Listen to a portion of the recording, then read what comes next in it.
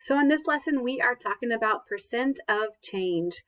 Here's our formula. The part equals the percent times the whole. And it's important that we know that the part is in the percent equation is the amount of change, and then the whole is the starting amount, and then the percent is the percent. So whatever the starting amount is going to be the whole. And I actually messed this up on my last video. The whole is not the biggest number. The whole is the starting amount. So let's look at some examples. It says find the percent of increase or decrease. First of all, we need to know that increase means it's going up, it's getting bigger, and decrease means it's going down or getting smaller. So the price of the radio changed from $35 to $40. Before we even solve it, is that getting more expensive or less expensive? Because it's getting bigger, we know that it is an increase. To find the part, we have to subtract. We have to see what the difference is. So we're going to do 40.00 minus 35.00. And you can choose to do this in your brain or your calculator, but this is increasing by $5. So 5 is going to be the part. And that's going to equal, oops, I thought I changed colors. What happened? The percent, which we don't know, so we'll just let it be P for percent, times where it says whole does not mean the biggest number. That was my own mistake. Whole means the starting amount, and it started at $35. So that is going to go first. Then we're going to solve for P.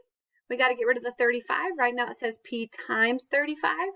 The opposite of multiplying is dividing. So we will divide each side by 35.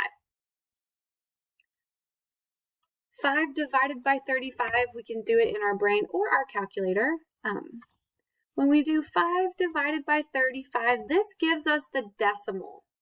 And remember, to change it to a percent, we have to move that decimal 2 times. So this is about 14.29%.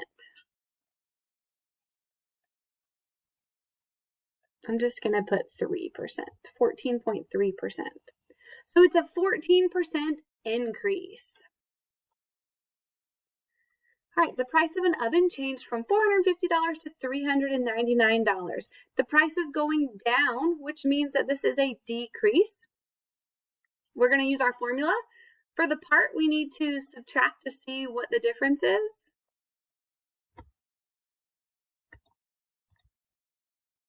And 450 minus 399 is 51. So that's going to go in for part. So we're going to say 51 equals, for the percent, we don't know. So we're going to let it stay P. And then the whole is not the biggest number. I'm going to keep saying that. The whole is the starting amount. It started at $450. To solve for P, we would need to divide each side by 450 to get rid of that 450. This is going to tell us the decimal. Remember, so we're going to go to Desmos and we're going to do 51 divided by 450. That's the decimal. Anytime you want to convert a decimal to a percent, you need to move it 2 times. So this is about 11.3%. We did have to move that decimal 2 times.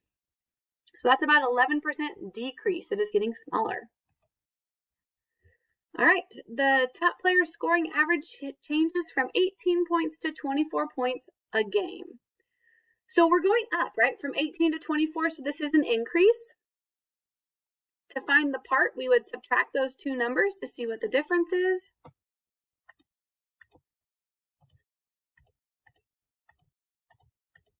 And we get 6. Then we'll plug it in. 6 is the part. We don't know the percent. We'll let that stay P. And then the whole is the starting amount. They started at 18. So we'll make sure to put 18 in there. If we're solving for P, we need to divide each side by 18. When you do this in the calculator, it will give you the decimal. So make sure that you convert that to a percent. 0.33 is the decimal, so 33.3 is the percent. And maybe I should write that out one time so you guys see what I'm doing. So this was 0.333 as a decimal. We are going to move it 2 times, and it's going to be 33.3% as our final answer. So that's a 33% increase.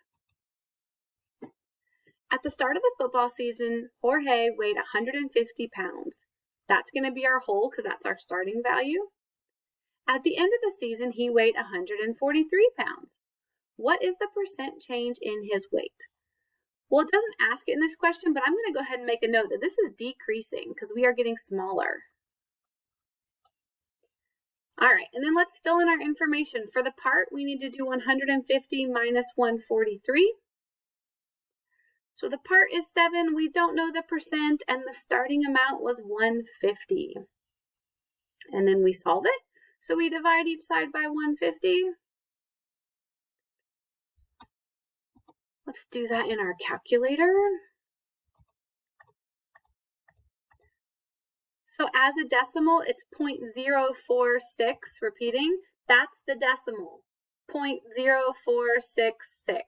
I want to turn that into a percent, so I need to move that decimal 2 times. So this is about a 4.7%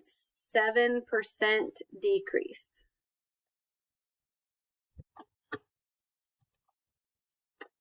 All right, Sarah raised her score on the math test from 86 to 94. Max changed his score on the test from 77 to 85. Who had the greater percent change? So first, let's do Sarah. We're going to find her part by subtracting.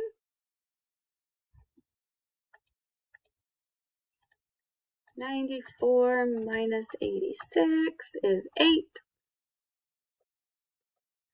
So 8 equals the percent times the starting amount, which is 86. Divide each side by 86. Whoops.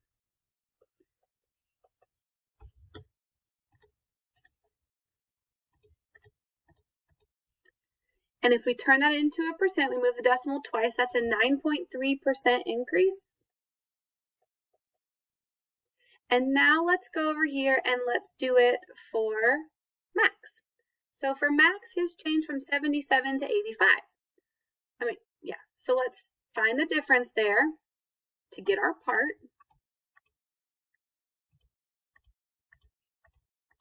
Oh, geez, what am I doing? 85 minus 77, that's 8. And then let's plug it into our formula.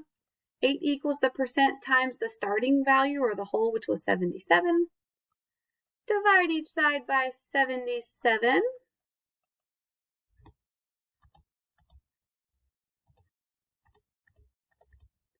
And that is going to be 10.4%.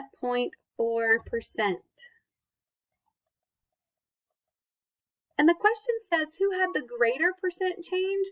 Well, because Max had a 10% change and Sarah had a 9% change, Max's is greater. So Max had a greater percent change.